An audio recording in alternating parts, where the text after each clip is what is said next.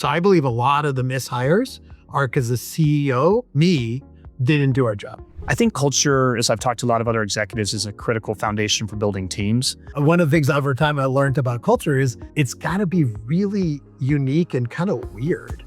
What is the hardest executive role to hire for? In enterprise software, I think it's marketing. Taylor Swift was on stage and I turned to everyone. I was like, did Nick hire the real person? The entire hour, I was like, dude, we just had Taylor Swift at this concert. Only afterwards I realized it was an impersonator. These back channels are so critical. Doing them early before you've kind of fallen in love with the kid. Don't do your back channels when you've already made your decision. That's just a waste of time. The right executive for the job makes an impact right away.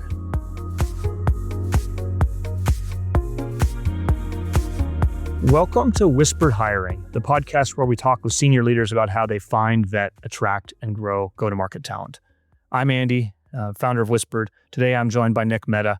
Nick is one of the most inspiring leaders I know. He just wrapped an amazing run at Gainsight where he defined the category of CS. I met him at, I think it was the second Pulse conference where I got to watch Nick on stage singing to Taylor Swift, and I knew some great folks that had joined him from Box as well too. I learned about, dinners, community, just bringing people together from Nick it's inspired me in a lot of ways. Nick's also wrote and spoken extensively about careers and networking. And if you have checked out some of Whispered's playbooks, you'll see his thoughts woven throughout. He's got a lot of great podcasts. So today I'm excited to deep dive with Nick on how he builds great teams. Nick, great to see you. Andy, it's awesome to see you. I remember those early days too. And you've all just been such a first principles thinker. So I love learning from you. I'm excited for this one. I've been waiting for a while. So congrats, man. And congrats on the run you had at Gainsight. Thanks. Yeah. Seems so funny though. I stepped on August 20th and it seems like a long time ago now. So, but I appreciate having the chance to be part of that incredible community and company. You've inspired so many people. At Gainsight, one of the things that really stood out to me when I first met you was the culture you build, like the excitement you bring. And I knew some of your senior leadership team as well too, Allison, Ashvin, Anthony. They've all become friends. I think culture, as I've talked to a lot of other executives, is a critical foundation for building teams. Before we dive into how you hire, I'd be fascinated to kind of hear your thoughts on what is a great executive culture and what do you need before you start thinking about bringing on great execs? Yeah. I mean, it's interesting because culture is such a tough one because it's like so open-ended. Hiring is a little clearer. A big part of the challenge is I think I'm a big believer in pretty much everything in life. You have to define your why, right? What's the why? And we all know let's start with why. If you haven't seen the Simon Sinek talk, right? It's great. And for me, I think the key thing is with culture, like, why does culture matter to you? Like, one of the things that I think worked for us at Gainsight is people getting into their why and being very vulnerable about it, right? So it's like, what's my why? Well, let's just do the therapist chair and say, okay, he was a very lonely kid, didn't have any friends growing up, kindergarten through 12th grade, ate alone every day. And so people not feeling lonely was part of his why, right? That's kind of like only after I'm 48. So it took a long time to understand in hindsight what brought me here. And then what did that mean? Well, okay, for me, the culture of the company was like part of the why. It wasn't actually just to make the company successful. Some people, I think, I respect it. Some people, it's like, hey, I want a successful company, therefore I need great people, therefore I need a great culture so I can attract those great people, right? Good for that. And I like when people are very honest about that because I think one of the challenges with culture is where it doesn't feel like there's a deep alignment between the why of the founders or CEO, whoever, and then the company and then what the culture is. And then it feels very thin. That's why you end up with these very like plastic cultures that feel like, oh, I just found it on somebody's website. I'm just going to copy it, versus, you look at, obviously Bridgewater, which is a very famous hedge fund for folks that don't know, Ray Dalio, and like their culture is exceptionally well-defined. And some people hate it and some people live by it. I would think one of the things over time I learned about culture is it's got to be really unique and kind of weird. Those are the ones that really stand out. Then it becomes clear, should you work here or not? Like our company values were, things like childlike joy, golden rule, success for all. If you were the kind of person who just wanted to make a ton of money and kill the competition, you would see those on their website and literally never even apply. And I think that's success, because those people would not have fun there, and they also would not connect with the people there. And so I think a side of a good culture is it actually makes it really clear whether somebody fits, whether they should be there. I love it. I remember you and I talked a lot when I was at Culture Amp, because you guys were using the software and thinking about that. We always had this belief that if a value was something that there was no obvious con, right? Like, do good work, it was not good. And I think you took it a step further, which I really liked, which is like the values in culture should actually repel some people. We had a really cool guest on, Heather Doche from Signal Fire Talent, and she said, I'd say 70% of people that apply to Whispered, we ask their dream job, and they say OpenAI and Anthropic, right? And her point was, those have totally different cultures. I was going to say the same thing. I'm like, how can you possibly believe that those are the same? Yeah, my gosh. One's 996, focused on consumer, and the other one's very enterprise, very different. And a different vibe. Yeah, exactly. Yeah, I think that's a really good test, actually, a cultural litmus test. Which door do you choose? And Google could be a third door. Ah, you're right. Now it is now is a legit third AI door. Legit third door, yeah. Or I love that. Grok is a fourth door. So you built a great leadership team. They had a lot of longevity. I sensed that they've all stayed in deep touch with you. How did you? One thing I believe is alignment is critical before you do that. How did you get your leadership team aligned? It's a constant thing, right? Like it's, because the leader, I did Gainsight for 13 years. So I don't know how many leadership teams I had. It's sobering to even count. You mentioned some of the earlier ones, Allison Pickens, Anthony Canada, Ashwin Vaidyanathan.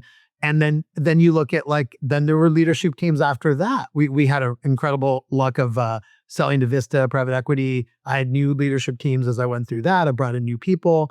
And so, yeah, it's that cheesy expression about a river, right? It's always changing. And it's the same thing here. The leadership team's always changing. So what did we do? Well, I think one thing is that, you have to respect that it's always changing and assume that as new people, especially key people, come in, you have to kind of be willing to have beginner's mindset, which was actually one of our values, and kind of reset the thinking on it.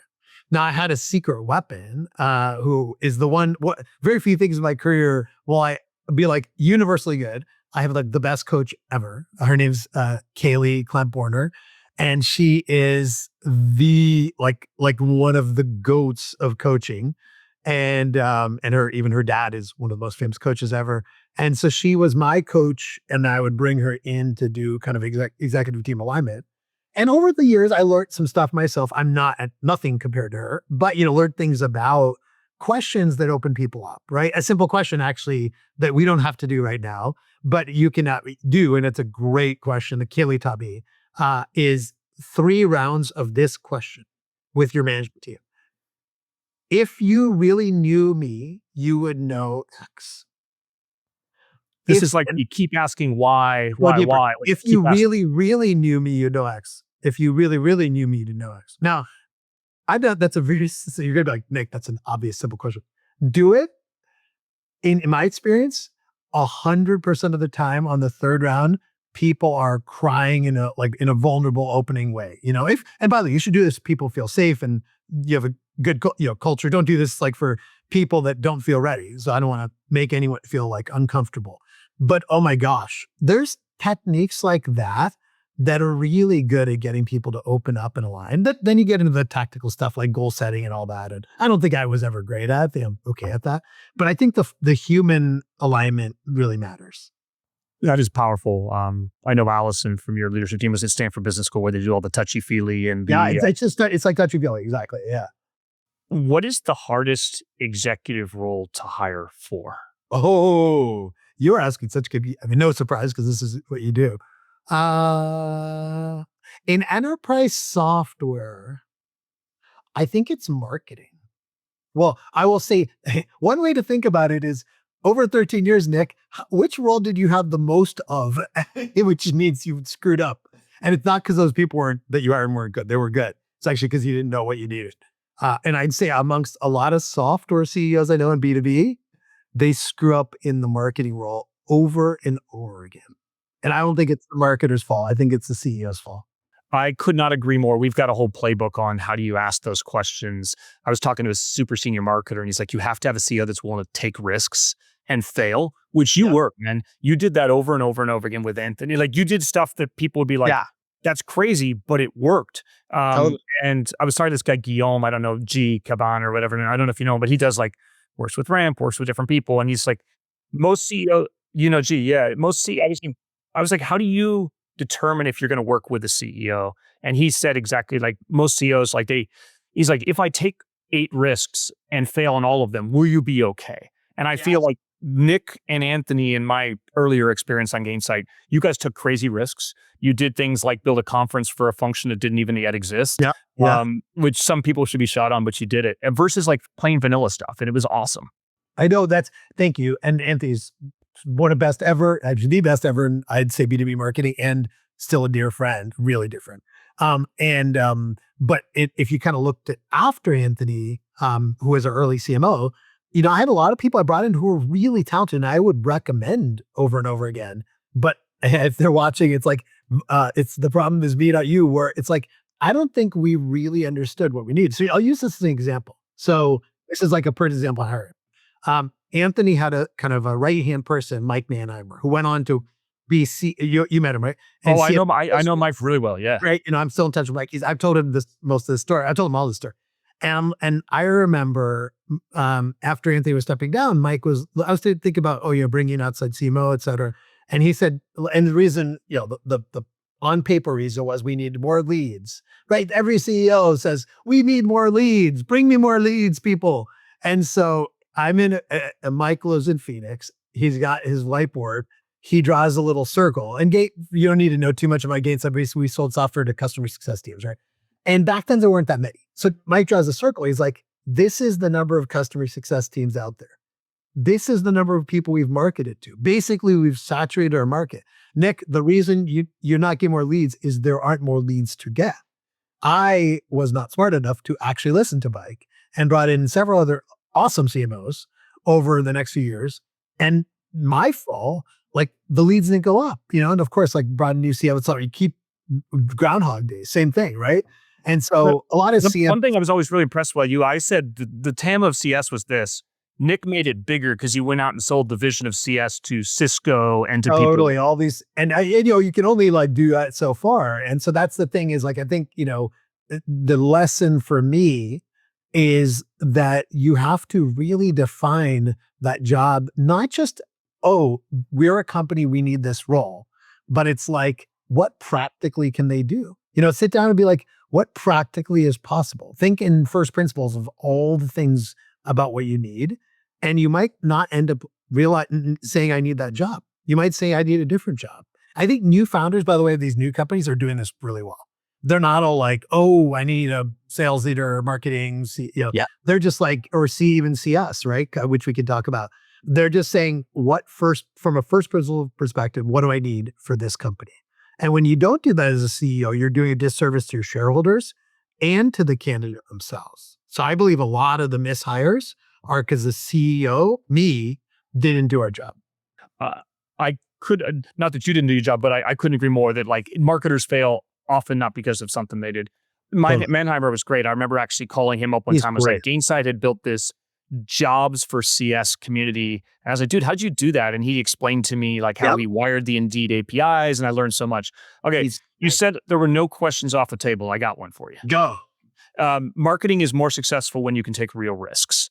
As you take on an investor and get more mature, like a Vista, and growth expectations start to get locked in and your company starts to mature, does the amount of risks you can take on marketing go down?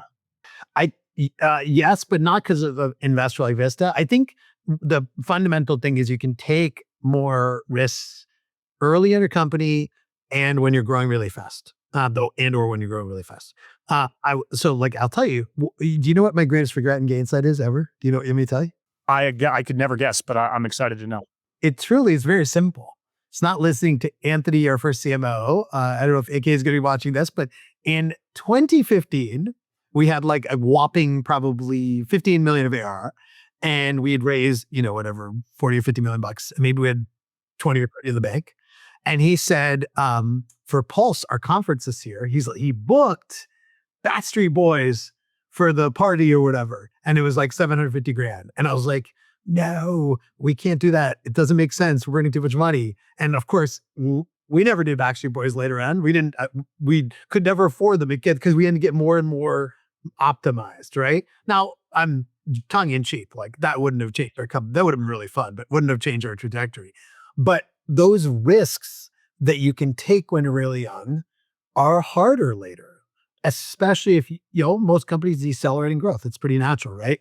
So yeah, you want to take a lot of risks early. Now, I think on the margin, CEOs can take risks later too. Like there's little risks that don't cost, how you communicate, your public persona, what you speak about at your conference, being more cutting edge on your messaging. So there's risks that involve capital. Those are harder as you get more mature. There's risks that involve you taking a personal risk. You always have that in your control. Dude, I love this. I remember the second Pulse when Taylor Swift was on stage, and I turned to everyone. I was like, I've only heard this person once on the radio. Clearly, Nick knew his music better than I did. I was like, did Nick hire the real person? And so for like the entire hour, I was like, dude, we just had Taylor Swift at this concert. Only afterwards, I realized it was an impersonator. But that one of my happiest moments is how many people we had a really good Taylor Swift impersonator 2015. I rewrote Blank Space, which is one of her famous songs, to be about customer success. And then, she performed it.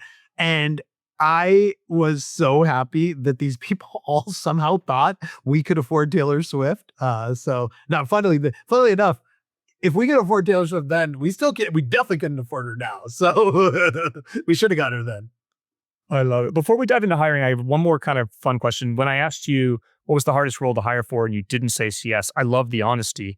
I'm curious where you think the CS profession is now. Like I was talking to a top talent partner the other day and they were saying like a lot of these hot startups are just rolling it into sales. Mm-hmm. And you hear a lot of buzz right now around all these $0 to $100 million AI startups that haven't even thought about CS and they're going to get smacked in the face by it. But I'm seeing a lot of great senior CS people kind of struggle in being third fiddle now for more than I've seen in a long time. I'd be curious your take on the CS profession and the advice you have for our senior CS listeners. Yeah, and I think there's multiple pieces of this. Like there's the job, the importance of retention, and then there's the need for a leader and where they fit. And then there's the actual like motion of what they do. Okay, so let me break it into three parts. What we are in AI now, I think every investor you talk to, they are like, yeah, retention is going to be really important. Because there's a very unique thing that's happening that not everyone fully appreciates. Companies, big companies, small companies, have been told you have to buy AI technology by their boards. Mm-hmm. So they're buying a lot of stuff. So therefore, the vendors are growing really fast. Because they have infinite capital. It's a little bit crazy, right? It's like if you told actually, probably the best analogy is like COVID with consumer, where it's like, of course, restaurants boomed because everyone got a lot of people got thousands of dollars of stimulus checks in the mail. I've been using the Peloton example all the time, right? Like this is exactly Peloton. And so okay, step one, is retention going to be important? Absolutely. We're going to have a massive retention wave within the next few months or next maybe year. Retention issues. Yeah. So that's clear. Do you need somebody who is thinking about that? Absolutely. Like you will. Where should they report? That's this whole like, it doesn't report into sales. If I were a CS person, I'd be like, you should not care about that. You should care about, is this a great company? Is this a great product? Sheryl Sandberg got that. I think the quote came from Larry Summers. I think that there's this famous quote, when she was offered the job at Google, when you offered a seat on the rocket ship, don't ask which seat. Yeah. Like it is so not smart thinking to care about who you report to or even your title right now, right? Like you think about it, it's a little easy in retrospect, but like, I know I have friends who joined Anthropic a year ago, right? And they joined as a VP of this or director of that, and they were CEO before. That person is going to both financially, but otherwise have just made the best career decision of their lives, right? Like and you say the same thing with OpenAI. And so I think people that are focused on reporting structure and title are doing themselves a disservice. I agree It's a completely. little bit like, Everybody says it does not matter. It matters who you report to, and do they right, a understand your boss, function? Yeah. are they a person that is smart, that cares about what you do? Yeah. But then I think the last part's the most important. And this is a big part of like, for folks thinking about getting a job. I think the thing is not, you have to realize some things transfer. I wrote about this recently. Some things from all of our past are going to be relevant for the future. So for example, I don't know, like, culture, organization, prioritization, those things are still going to matter. But if you go in saying this CS playbook from before matters, and I'm a person who literally wrote some of those books. So I'm saying this, some of the things of those books no longer apply, right? As a simple example, yes, AI is going to get better and better at a lot of parts of what humans can do. Not all, the not all jobs, but tasks for sure. If you are the person who is thinking deeply about how to leverage AI in every part of your workflow yourself as a leader, if you're getting hands-on and using Zapier, N8N, you're maybe using Cursor, Lovable, Replit, you're building stuff, you are the leader of the future. If you're the person, I know somebody who actually recently was telling me that they're like, oh, I went to this AI company. They didn't have a marketing lead team and a sales team. I didn't know who to go to for X, Y, and Z. I'm like, that's the old world. If you assume that you need somebody, you might be doing the wrong thing. Like, honestly, like shouldn't assume you need an assistant. Don't assume you need a chief of staff. Now you might need them. Like you might get them. That's great. Don't assume you need any of that. So the people that are not able to go back to first principles, it's going to be much harder for you. I love that so much. I think the point on who you report to and being open and being flexible is interesting. It's not an ageism thing. I think it's a flexibility, a mental flexibility. Flexibility. That's the right word. Flexibility. So we were talking before we hit record on, how I think maybe I would frame it as, how do you design an executive role? You were kind of mentioning a little bit of like, do you even need it in the first place? I'd love to have you kind of talk through your thought process on designing and like, when do you need an executive role? Yeah. I mean, so it's interesting because I guess a lot of this comes down to the type of company you're in. So if you're in a more mature company, there's often this like tendency to be like, well, other companies like us have these roles. Now that's not a crazy logic because, of course those other companies aren't dumb. But I think in general, companies aren't optimized. They're not always well run. So a simple example, like we'll go back to marketing as an example, like there's a lot of CEOs I know who are like, I don't need a overall head of marketing. I need a demand gen person who might report to CRO, and I need a brand person who reports here. Sometimes I need them all layered into one person, sometimes not. One thing we shouldn't forget is all organizational decisions were all made based on some situation at some time. I think you probably know this, Andy, but like a lot of corporate organization goes back to like General Motors, like 100 years ago. Literally, like a lot of the way companies run, hierarchies, et cetera. And so it's not obvious that every role needs to be constructed the same way as your competitors or other companies or whatever, right? So that's point number one. Point number two is, I think the construction of roles in the organization will change all the time. People make those jokes about constant reorgs. The reality is it actually makes sense unless you're in a super stable business that doesn't change, right? Sometimes you really need sales and CS to be aligned together. So one should report to the other. Sometimes you need them, you're in it to be totally separate because like a simple example would be like, in the early days of a company let's say a company is trying to get focus or attention, they want the CCO report to the CEO so they have more hands-on. Later on, you know what? I need to get back to growth and I need them together, And so I think thinking about like the business priorities and all, one of the things that's a good tactic is the org chart without names. I didn't come up with this idea. I don't remember who I got from that. But the idea is basically, sometimes there's a tendency to say, oh, I've got Susan and, Allison and Bob and Jim and Arvind and whoever. Okay, what other person do I need? Or what should report in one of those? And an alternate is to say, okay, well, my business right now, we need to like be building better products. We need to be, moving up market and we need to be like optimizing our margins. So what are the roles I need for that? It's a hard exercise for CEO to do, but I think doing it without names so that you don't get like beholden to just like the inertia of what you have right now. Yeah, I like that a lot. Is there ever a time when you've said, I'm going to buck the conventional trend on org design? Well, I mean, it's interesting. There are a couple little ones. I wouldn't say I was like did anything radical, but a couple little ones we did.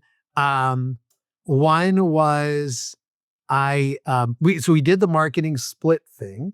That really meaning no CMO. That's really under Chuck, who was my successor. But like when he was my president before, and he got like split that up, and so we different functions. We did what heretic. I put our CCO under our CRO. Wow, at Gainsight. No, that was like a couple of years ago or a year and a half ago. And again, it was situational. It was like, okay, I wanted to get more alignment because we'd become a multi-product company. So there's like Gainsight has like 5 products or something like that now. And so we're doing a lot of cross-sell. And so I wanted that better collaboration. So that's one where it's like, whoa, you did something out of left field. And then another one, which actually worked out, was really good for a long time, was my first chief of staff, or not one of my chief of staff, Robin, who you know, became our chief people officer. So that's one that's like you're doing something that isn't, you're not just taking somebody that was from a function and promoting them. You're actually taking somebody and moving them into a job that on paper is very different. So I think those were actually interesting little wrinkles. Beyond that, I think most of it was pretty standard. Yeah, but I love it. I mean, this is such an important point. I hear so many candidates, like I can't tell the number of CMOs that are like, I will not work for a CRO. I have to work for a CEO. And I'm like, come on, like it just, and I think the similar thing, even hearing it from you is so powerful for, you can be a phenomenal CCO. You can represent the customer. You can be operationalized in that journey, but it doesn't matter who you roll up to as long as you're empowered, I think is such an important point. It's interesting. I was at hosted a dinner last week, and we were talking. There was a CHRO there, and she was former CHRO, and she was big time CHRO, like big companies and all that. And she said something, and it made me laugh. I was like, "Oh my god, that's exactly it." She's like, "Can we end all of these people saying I need a seat at the table?" That term is like, frankly, it's like a bit of a red flag because it's like those are the people who often shouldn't have the seat at the table because there's no table. That doesn't, what matters is like, okay, I'm doing something important. My boss respects me. My work is recognized, all those kinds of things. There's no seat at the table. That's not even how it works. Frankly, like you probably know this too, Andy. I'm sure you felt this. When a CEO has people report to them, some of those people aren't that influential. It's just the org structure. Sometimes other really influential people are one level down. You know, that's why like a lot of CEOs now they're like, I don't really care. Reporting is not the main thing, you know? So yeah, seat at the table. Let's ban the expression. I would love to. That is so many candidates. I'm creating a list of buzzwords where you're like, don't say those things, but that's definitely on that list. That's a great one.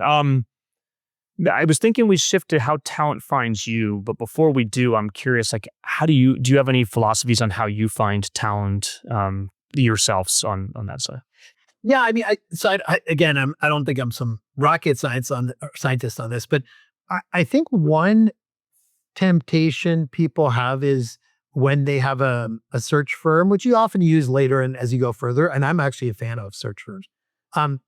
There's a temptation that like, okay, all these candidates, I need them right away. And I've had this, by the way, I've absolutely had this.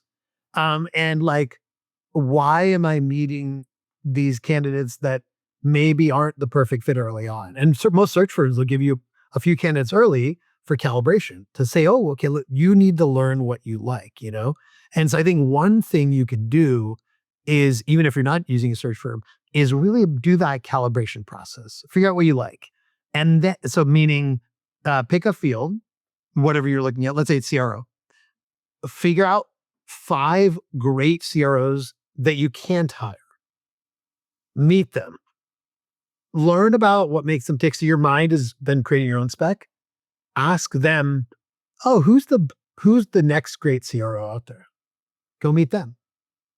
They probably aren't available. figure out who the next great CRO is, and you will find somebody in this process. By the way, it's extremely effective to tell people, oh, I know you're not available, but I just wanted to meet you. Eventually, people will say, well, actually, I am available. Tell me more. I did that last night. I needed to do some.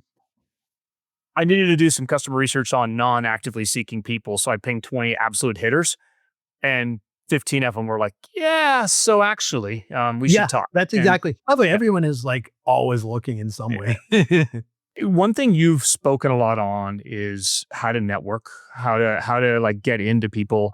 I think you and I share a similar philosophy on don't just show up and be like, "Hey, Nick, do you know any jobs?" But My gosh, yeah. I'd be curious your take on like how do people network into you, and then like is there career advice you give to people generally as well too?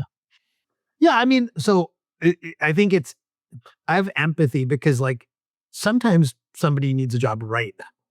And like and especially like the further down the ranks, like it's like this, as a leader, you have to be, I try to be respectful. It's like, oh my gosh, they need a job, so like sometimes it's very clear.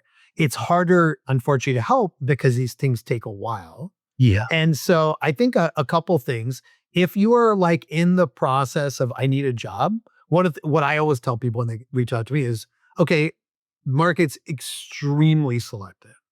So like look at your background, what's really going to stand out for your next employer? You worked in healthcare tech, you worked with SMBs, you're really good at onboarding, whatever. Okay, great. Make a list of 25 companies where you think you'd be a fit. Based on the very specific, not just like, oh, Google, Apple, like where you'd actually be a real fit. Go find all the people that know those companies, get hyper targeted emails that you send to the person that knows that company that you can forward. That's something like, if I was a seeker and you were you're my friend, and you're helping me get a job, I'd say, hey, Andy, I saw somebody at so-and-so company. Here's 3 bullets about why I think I'd be a fit. I saw they're looking for somebody. Can you forward this along? Then I send that email to you. You send that to your friend at that company. And that works. Because essentially what's happening is hyper-targeted, warm intro, not generic and not cold intro. So that's what, if they are further they need a job now, what I of course recommend is, if you don't like, this is the time to go network. So if you don't need a job, or if you're in a job that you don't really like that much, don't quit your job right now. It's not a good time. Don't quit your job, but go network, go meet people and say, long term, here's the kinds of things I want to do. And then nurture. That's the other part, nurture. So, okay, you met, let's say Andy, I'm trying to network with you. We have a great meeting. And then, a month, 2 months later, not like a week later, but a month later, 2 months later, Andy, look, oh, I saw that thing, or I saw this article that might be relevant to you. Don't make it so clear. Make it real. Make it a real reconnect, like something legit relevant. Andy, I know you're into X, right? Like this kind of thing. So let me send you something. Or I thought about your last startup, Andy, and like around email and people using their attention in email. Check this thing out. Somebody just created something around this. And what that does then is you will then say, oh, it's so great that you reached out. In fact, I was just thinking about you because I actually just heard about this company that might be somebody you might want to meet. And so nurture is super important. I couldn't agree more. By the way, you and I met because I kind of did this. I was wrapping up a failed startup and I had box on the list of places that I were big enough that I could build out like an operational CS motion in Herstein. So somebody who I've never met again was like, oh, I know this guy, John Herstein, put me in touch. I met him. John sent me to your conference. You and I met and did all that. But it's like being specific on how people can help you is so powerful. Totally. We talked a little bit before we started recording on the hiring process. I'd be curious, what are you looking for in hiring process? And do you have a favorite interview question to assess that? Yeah. So, I mean, I suck at hiring because I've been in that I've hired a lot of people that were great people that weren't the right person for the job. So we've already talked about defining the role and all that. I'm getting better over time, I think, maybe. One of the biggest things I look for is self-awareness. I think this is just so important in a leader. So I'll just tell you the thing that that I do, for me, it's worked. Hey, let's imagine I was, how are you? Hey, Andy, it's like, you know how, work is, you've worked for a while. I'm going to do back channels. When I talk to the people that are big fans of you, Andy, what are some of the things they're going to say about you? Okay, great. And so that's not a theoretical. It's like when I talk to the people that are big fans, there's a book called Who, where what I'm doing is it's slightly adapted, but modified from that book. Great book. And, but Andy, like you are awesome, but like we all have detractors too. I have detractors for sure. You probably have detractors. When I call your detractors, what are they going to say? And then you say whatever. And I say, and by the way, Andy, are there any detractors you think I should reach out to? Huh. Interesting. Now, okay. So then I go reach out to anyone you've volunteered, plus obviously a lot of back channels. And then I say, hey, Andy, like, then I ask the back channel person. Because people will always say things about what other people would say. They're very loath to say critical things on their own. So I say, imagine I'm doing the back channel with like Susan. Hey, Susan, I just called Andy. Like, oh yeah, what was like working with him? Blah blah blah. By the way, what would people that were detractors of Andy say? Like everyone has detractors. What would they say about it? So these back channels are so critical. Also, my own opinion is doing them early, before you've kind of fallen in love with the kid. I do back channels where people call me for they want to ask me back channel something, and they'll be like, "Hey, just calling to say about so and so, Joe. I just want to see what it was like working with Joe. He's really great. I'm just trying to check the boxes on this back channel." I'm like, "Why are you even doing this call? Like, you literally are asking me, and you've already made up your mind. Call me earlier when you haven't made up your mind." A great entrepreneurs, I thought they'll text me about somebody I've worked with, and they'll be like, "Hey Nick, what did you think about so and so?" And they'll ask me like, "Were they one of the top 5 marketers you've ever worked with, or salespeople, or whatever?"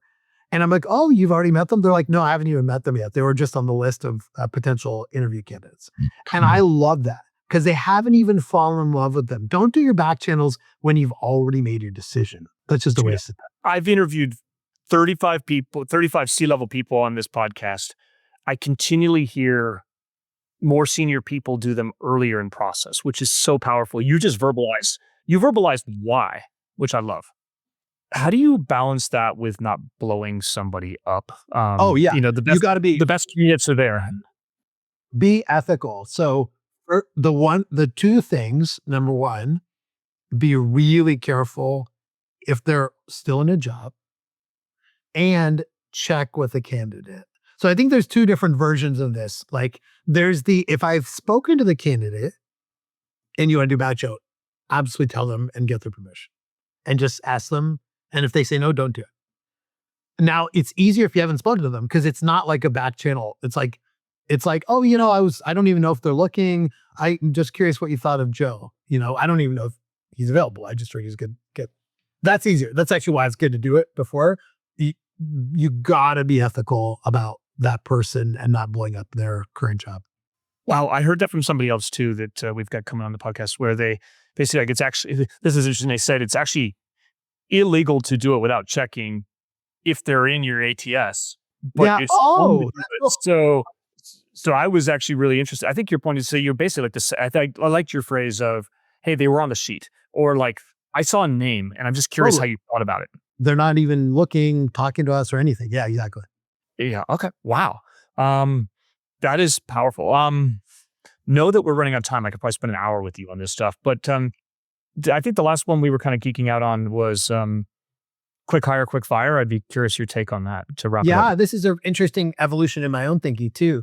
I earlier in my career, like I think I went for a walk with an entrepreneur also about this, and we were like, "Oh my God, do we just get cynical?" And as you get older, where you have enough mistakes, where basically, you hire people.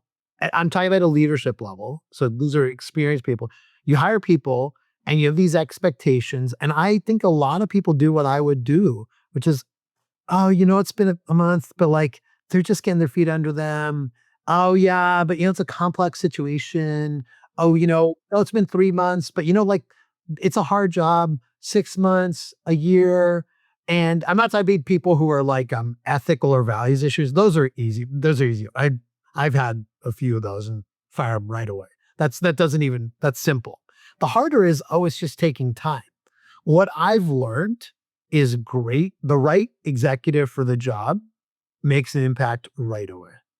And that's really high bar, but to those as much as given, much as expected, right? And so, and like if I have a ineffective executive in that job, I'm costing the team. It sucks to work for a bad boss. Not a bad person, or even a bad person. I'd make that survey. But an ineffective boss who is not as effective as you, my gosh, this is why like working in companies sucks, because people work for people that are less effective than them.